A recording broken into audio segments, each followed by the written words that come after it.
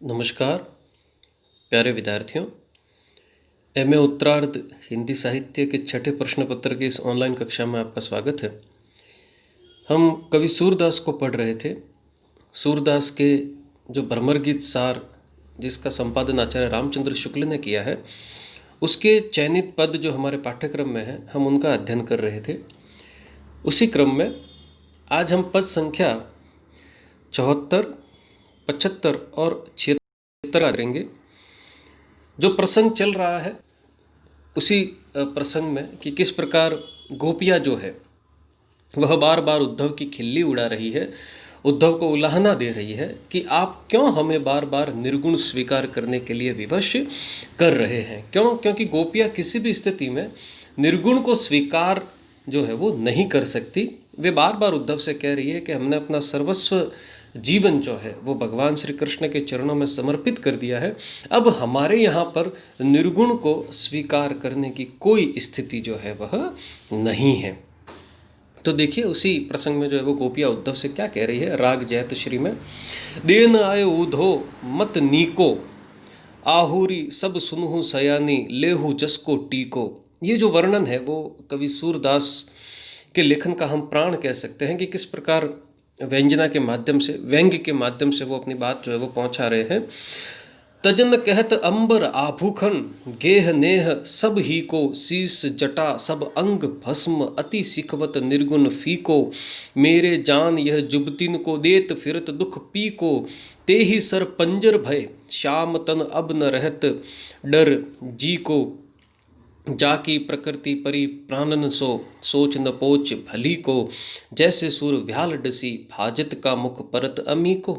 अब देखिए कवि सुर जो है वह गोपियों के माध्यम से जो है वो क्या कह रहे हैं उद्धव से। देखिए गोपियाँ कहती है एक दूसरे से, अपनी सखी से, देन आए उधो मत निको, हे सखी आओ जरा देखो। यह उद्धव जो है वो बड़े विचित्र प्रकार का मत जो है वो देने आए हैं, बड़ा प्रसिद्ध मत देने आए हैं। कौन सा मत? निर्गुण का मत। आहुरी तुम आओ, सब सुनहु सयानी, हे सयानी सखियो तुम समझदार हो, समझती हो, सुनो।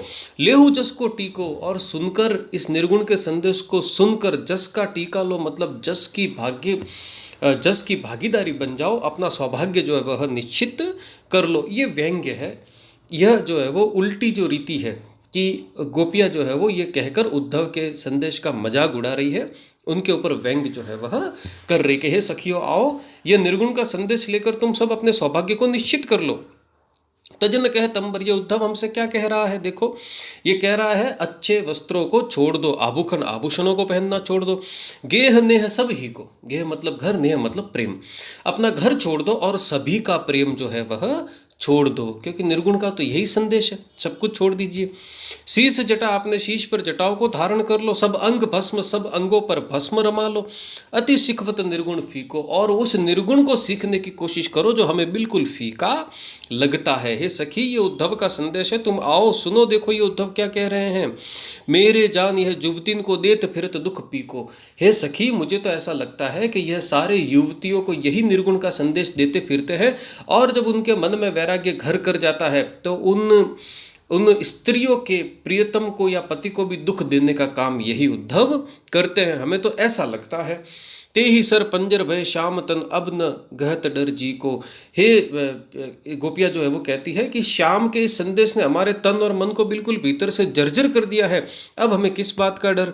और उद्धव को देखकर हमें ऐसा लगता है जाकी प्रकृति परि प्राणन सो, की जिसकी प्रकृति जैसी पड़ जाती है, सोच न पोच भली को।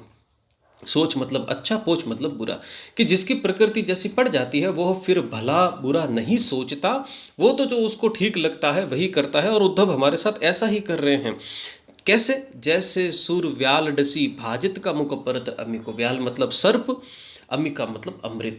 कि जैसे सर्प को यह पता होता है कि मैं यदि किसी व्यक्ति को काटूंगा तो मेरे मुंह में अमृत पड़ने वाला नहीं है, अमृत मुझे मिलने वाला नहीं है, लेकिन फिर भी वह अपने डसने की प्रवृत्ति को छोड़ता नहीं है। तो ठीक उसी प्रकार गोपियाँ भी व्यंग्य करते हुए, उद्धव की खिल्ली उड़ाते हुए यह कह रही है कि हे सखी आओ देखो ये उद्धव क्या महान संदेश जो है वो अपने लिए लेकर आए हैं। यह महान संदेश सुनो और अपनी मुक्ति को निश्चित कर लो। यह व्यंग्य है।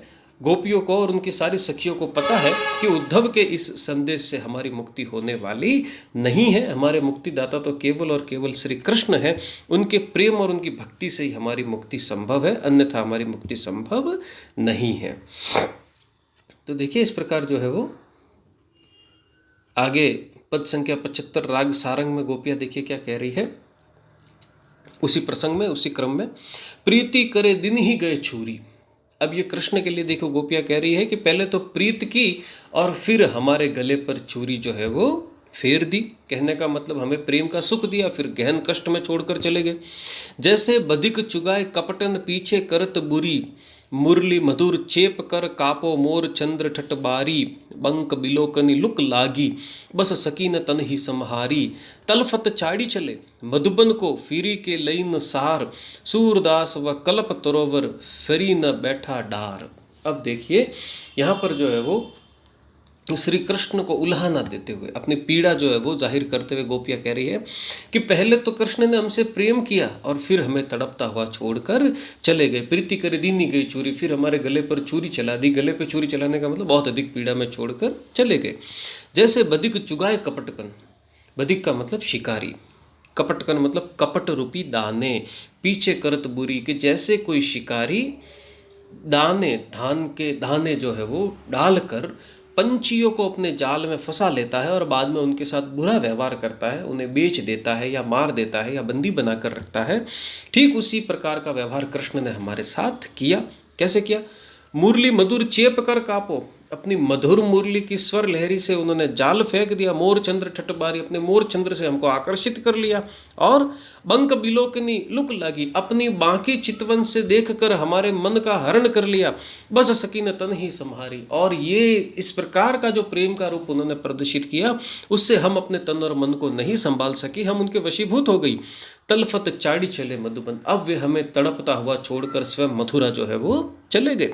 को फिर न ले न सार, और वापस फिरकर हमारी सार संभाल भी नहीं ली, या हम किस स्थिति में हैं, जीवित है या मर गई, वह जानने की कोशिश भी उन्होंने नहीं की। सूरदास व कल्प तरोवर, अब हम जो है सरोवर के किनारे किसी तड़पते हुए पंछी की तरह जो है वो बैठे, फेरी न बैठा डार, जो वापस जो है वो सुख में डाल पर कभी बैठ नहीं सका। ऐसे तड़पते हुए पंछी की स्थिति जो है वो हमारी हो गई कि जिस प्रकार बधिक उसको पकड़ के जो है वो उसका जीवन नष्ट कर देता है, उसी नष्ट किए हुए पंछी के समान हमारा जीवन हो गया कि अब हम वापस फिरकर कभी सुख रूपी सरोवर के किनारे या सुख रूपी वृक्ष के डाल पर बैठ नहीं सकी। कृष्ण हमें छोड़कर चले गए, तब से हम विपदा और पीड़ा में अपना जीवन व्यतीत कर रही है।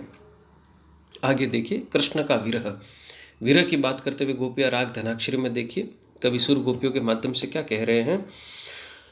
को ब्रज बाचित नहिन पाती, इस ब्रज में श्री कृष्ण की आने वाली चिट्ठी को कौन बाचे। कत लिखी लिखी पटवत नंद नंदन, कठिन बिरह की काती, नयन सजल कागद अति कोमल, कर अंगुरी अति ताती, परसत जरे बिलोकत भीजे, दूह भाती दुख छाती, क्यों समुझे ये अंक सुर सुनु कठिन, मदन सर धाती, देखे जी ही श्याम सुंदर के रह ही चरण दिन राती। अब देखिए यहाँ पर श्री कृष्ण के विरह में दुखी और पीड़ित जो गोपियाँ है वह क्या कह रही है।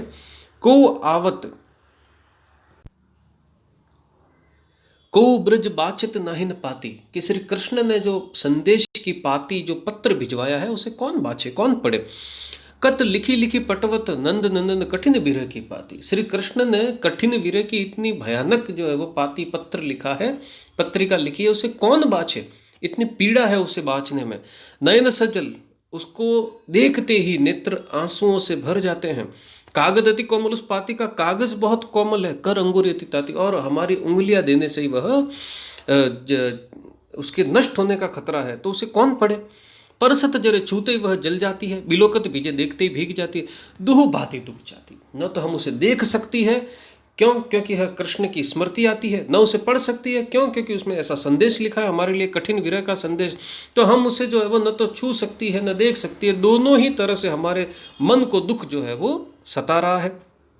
दो भांति दुख चाहती, क्यों समुझई अंक सुर सुनो कठिन मदन सर धाती। श्री कृष्ण ने यह जो संदेश हमारे लिए भेजा है, हमें ऐसा प्रतीत होता है कि वो हमारी स्थिति को समझने के लिए तैयार ही नहीं है। देखे जी ही श्याम सुंदर के रही चरण निंदाते, वो यही नहीं समझ रहे हैं कि हमारा तो सर्वस्व जीवन श्री कृष्ण को समर्पित है। हम तो श्याम सुंदर के दर्शन चाहती है, उन्हें जो है वो अपने पास चाहती है, उनकी भक्ति में लीन होना चाहती है और उनके चरणों में ही रहते हुए अपना सारा जीवन रात दिन जो है वो बिताना चाहती है। कृष्ण ये नहीं समझ रहे हैं, उन्होंने ये विरह की भयानक पाती भेजी है जिसको न तो देखते बनता है और न ही पढ़ते हुए बनता है। तो इस प्रकार इस विरह की स्थिति में गोपियाँ जो है वो विरह से दग्ध है, पीड़ित है, दुखी है और लगातार उद्धव के निर्गुण का खंडन करते हुए, विरोध करते हुए, अपना सर्वस्व बार बार श्री कृष्ण को समर्पित करते हुए उन्हीं को लगातार याद जो है वह कर रही है।